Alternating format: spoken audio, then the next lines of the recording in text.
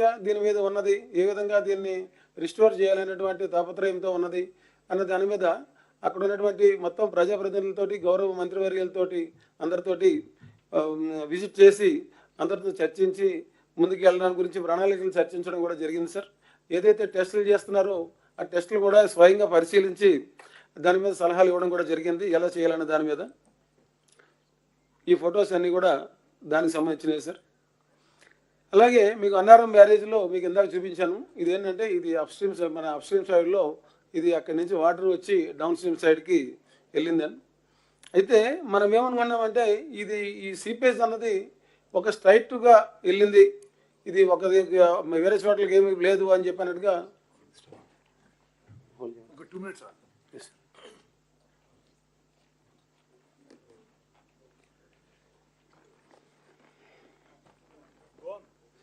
Sir నమస్తే. అయితే ఇది మనకి సీపేజ్ అన్నది మీరు అబ్జర్వ్ చేస్తే ఎన్డిఎస్సి ఇచ్చినటువంటి ఫ్లో పాత్స్ కనుక చూస్తే ఇటు స్ట్రైట్గాను వెళ్తుంది, ప్లస్ ఈ ఒక రైట్ డైరెక్షన్లోనూ పోతుంది, లెఫ్ట్ సైడ్ కూడా పోతుంది. అంటే ఇది మల్టిపుల్ డైరెక్షన్లో, మల్టిపుల్ వేస్లో ఇదేమైందంటే ఒక చోట కాకుండా ఒక పిల్లర్ కింద సంబంధం లేకుండా ఇది డిఫరెంట్ పాత్లో ఇది స్ప్రెడ్ అయ్యి ఇది అన్ని బ్యారేజీల్లో కూడా, అంటే 3 బ్యారేజీల్లో కూడా ఇదే రకమైనటువంటి పరిస్థితి మనకి కనబడుతుంది. అలాగే డ్యామేజెస్ ఇంకా సబ్సిక్వెంట్గా జరిగినాయి అన్నీ కూడా మీకు ఫొటోస్ చూపిస్తున్నాం సార్. నెక్స్ట్ మెయిన్ థింగ్ ఏంటంటే ఈ ఏదైతే కాళేశ్వరం ప్రాజెక్టు మీద ఎన్డిఎస్ఏ ఫైనల్ రిపోర్ట్ ఏదైతే ఇచ్చిందో మీకు ఒక ఎనామిల్ ఏంటంటే దీంట్లో మెయిన్ ఈ బ్యారేజెస్లో మీరు చూస్తే కనుక ఇప్పుడు చూస్తుంటే మీకు పాత్ ఈ మేడిగడ్డ బ్యారేజ్ కింద ఒక ఎగ్జాంపుల్ కింద తీసుకున్నాం సార్. ఇవి దాదాపు తీసుకుంటే ఒక 20th పిల్లర్ ఒకటి కాకుండా ఈ పక్కన 20th ఫస్ట్ పిల్లర్ ఉన్నది, 19, 18, మన 18, 17, 16, 15.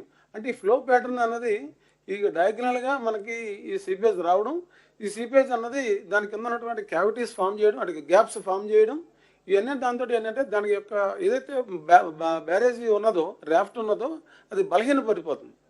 ఇప్పుడు ఈ రోజున మీకు ఇవన్నీ ఎందుకు చెప్పాల్సి వస్తుంది అంటే అండి, మనము ఎందుచేత మనము వాటర్ని నింపలేకపోతున్నాము, ఎందు గురించి మనం లిఫ్ట్ చేయడానికి మనకు ఆటంకం ఏర్పడుతుంది అన్న విషయం మీద ఈ తమరికి చెప్పాలన్న ఉద్దేశంతో ఇది చేయడం జరిగింది. అయితే దీనికి ఏంటంటే దీనికి అప్స్ట్రీమ్ సైడ్లోను ఇది డౌన్ స్ట్రీమ్ సైడ్లోను కూడా మనకి చూస్తే మీకు దీనికి మన కట్ ఆఫ్ వాల్ అని అంటాం. దీనికి ఒరిజినల్గా ఏంటంటే కట్ ఆఫ్ వాల్ కింద, అంటే కట్ ఆఫ్ వాల్ అంటే ఏంటంటే మనకి ఒక రాఫ్ట్ కనుక బ్యారేజ్ కనుక ఉంటే అటు ఇటు మనకి వాటర్ టైట్నెస్ ఉండాలి. వాటర్ టైట్నెస్ ఉంటేనే కానీ మనకి స్ట్రక్చర్ నిలబడదు.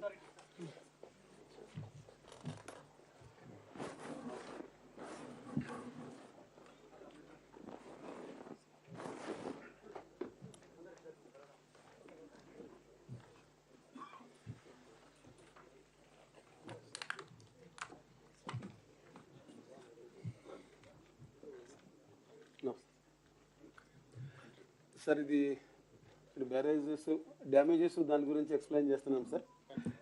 ఇది ఇప్పుడు ఏంటంటే మెయిన్ ప్రధానంగా మేడిగడ్డ బ్యారేజ్ సంబంధించింది సార్. మేడిగడ్డ బ్యారేజ్లో ఈ మనము ఇందాక అనుకున్నట్టుగా ఈ ఒక్క పిల్లర్కి సంబంధించింది కాకుండా మొత్తం మీద దాని చుట్టుపక్కల ఉన్నటువంటి అన్ని పిల్లర్లకి వర్తిస్తుంది. ఇది అటు ప్యాటర్న్ కనుక చూస్తే మొత్తం ఈ 5 పిల్లర్లు కూడా మనకి డ్యామేజ్ అవ్వడం జరిగింది. డ్యామేజ్ అవ్వడం దాని కింద గ్యాప్స్ ఏర్పడడం జరిగింది. సో దీనివల్ల ఏమైందంటే దీంట్లో బ్యారేజీలో ఏదైతే మనం అనుకుంటున్నామో సింపుల్గా ఏదో ఒక పిల్లర్ దిగింది కదా, దీనికి మనం రిట్రోఫిట్టింగ్ చేస్తాం లేకపోతే ఇన్స్టిట్యూట్ చేస్తే సరిపోతుంది అని చెప్పినటువంటి కాకుండా దీనికి ఏంటంటే సమగ్రమైనటువంటి దీని మీద అనాలిసిస్ చేస్తే కానీ మనము దీని మీద ముందుకెళ్ళడానికి అవ్వదు. సో మీకు ఒక ఎగ్జాంపుల్ ఏంటంటే మెయిన్ థింగ్ ఇది కారణం కూడా దీనికి అప్స్ట్రీమ్ సైడ్లో కట్ ఆఫ్ ఉంటుంది. ఈ కట్ ఆఫ్ ఏంటంటే మనకి ఇనీషియల్గా ఈ డిజైన్ చేసినప్పుడు డయాఫ్రామ్ వాల్ కానీ షీట్ పైల్స్ కానీ లేదంటే ఈ రెండాట్లు ఏదైనా తీసుకోండి అని చెప్పేసి కన్సర్న్ చీఫ్ ఇంజనీర్ సిడిఓ గారు డైరెక్షన్స్ ఇవ్వడం జరిగింది. అయితే అప్పుడున్నటువంటి పరిస్థితుల్లో డెసిషన్ సీకెండ్ పైల్స్ అని చెప్పేసి ఒక కొత్త టెక్నాలజీ తోటి మనము ఈ కట్ ఆఫ్ వాల్ కింద మనం టేకప్ చేయడం జరిగింది.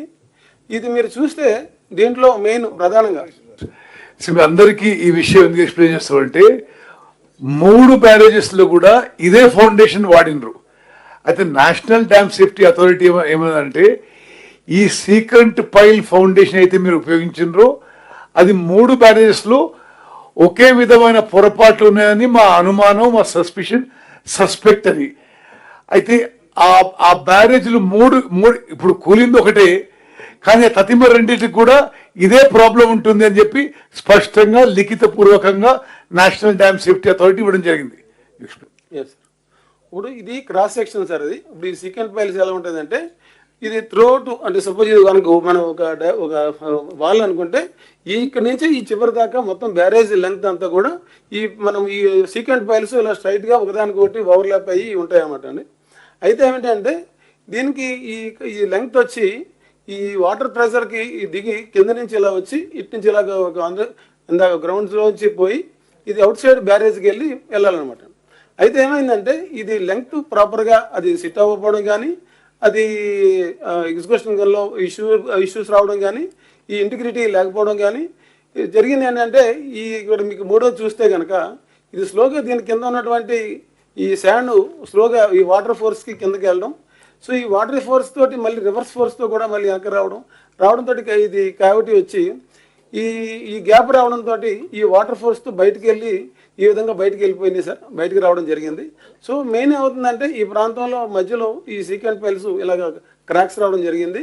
ఈ క్రాక్స్ ఒక్కసారి ఇంటిగ్రిటీ కనుక ఫెయిల్ అయితే కనుక సీకెంట్ పైల్స్ అంటే ఈ గోడ లాంటి దాంట్లో గ్యాప్ వస్తే ఆ గ్యాప్లోంచి శాండ్ మొత్తం బయటికి రావడం, దాని కింద ఉన్నటువంటి పెద్ద పెద్ద గ్యాప్స్ ఏర్పడడం, దానివల్ల ఇది కిందకి దిగడం జరిగింది. సో ఇది ఏంటంటే దీని మీద ఈ ఎన్ఏసీ నివేదిక ఏం చేసిందంటే మనకి ఆయన తుది నివేదికలో ప్రధానంగా కొన్ని ఇంపార్టెంట్ పాయింట్స్ చెప్పినాయి సార్. దాంట్లో ఏంటంటే దాని తప్పులు అంటే ఎత్తి చూపినటువంటి అంశాలు మెయిన్ ఐడెంటిఫై చేసినాయి. సరైన జియో టెక్నికల్ పరిశోధనలు సరిగ్గా చేయలేదు, అలాగే డిజైన్లో కూడా సరిగ్గా లోపాలు ఉన్నాయి, నిర్మాణ లోపాలు ఉన్నాయి, మోడలింగ్ అధ్యయనాలు కూడా సరిగ్గా స్టడీ చేయలేదు. నిర్మాణపరమైనటువంటి డిస్ట్రెస్ అని చెప్పినట్టుగా అంటే ఇప్పుడు ఇందాక మీకు చెప్పిన విషయాలే ఆ సీకెంట్ ఫైల్స్ మీద వచ్చినటువంటి ప్రెజరు, దానికి తగ్గటువంటి ప్రాపర్ డెప్త్లు వీటి గురించి ప్రాపర్గా సరిగ్గా చేయబడి ఉన్నది. అలాగే క్వాలిటీ కంట్రోల్ పటిష్టత నాణ్యత నియంత్రణ లేకపోవడం, అంటే క్వాలిటీ కంట్రోల్ అసెస్మెంట్ ప్రాపర్గా లేకపోవడం,